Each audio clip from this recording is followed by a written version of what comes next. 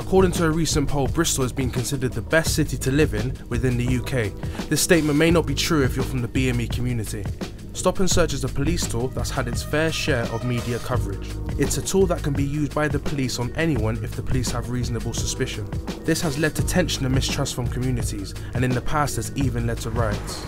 Avon and Somerset Constabulary provides services for approximately 1.6 million people. For the year 2013 to 14, there were 24,639 stop and searches across Avon and Somerset. Of these, 2,890 were BME. I wanted to talk to the person in charge of stop and search in Avon and Somerset and see exactly what is involved in a stop and search.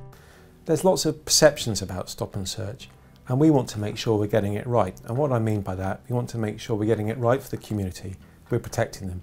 We're stopping the right people. We're stopping people who are about to commit crime where you live. SARI is an organisation that works within the community and does training with the police.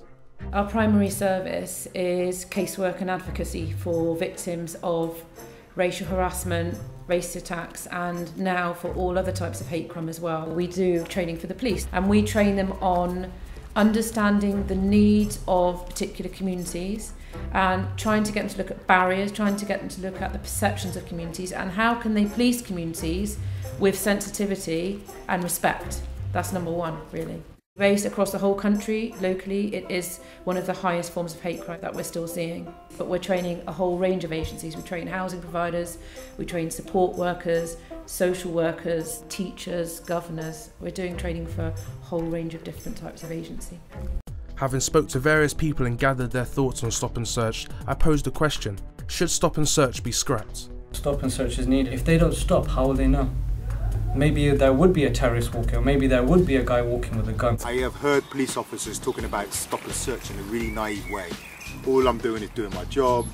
I'm just trying to sort crime out.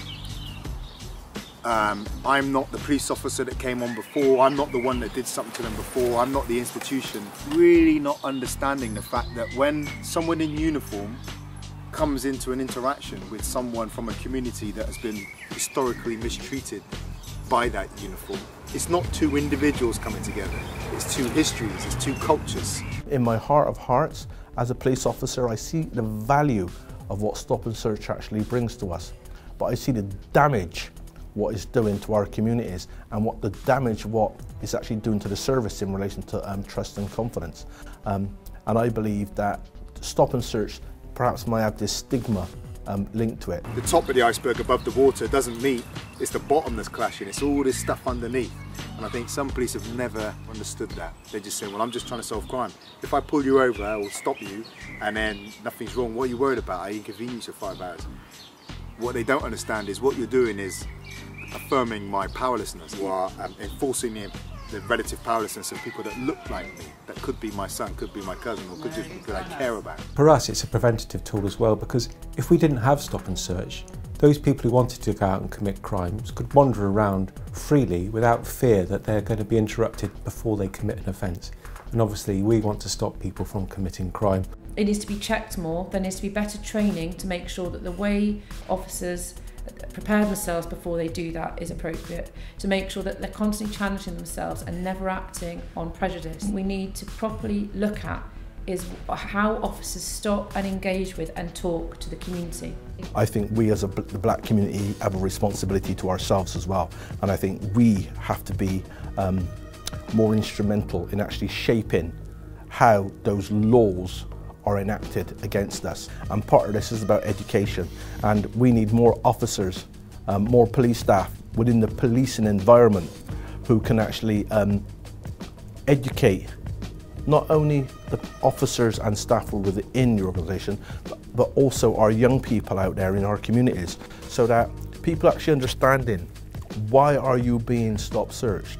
And yeah, they can ask the officer, you know, why are you stopping me? But truly understanding the rationale behind why an officer is understanding, and knowledge is power.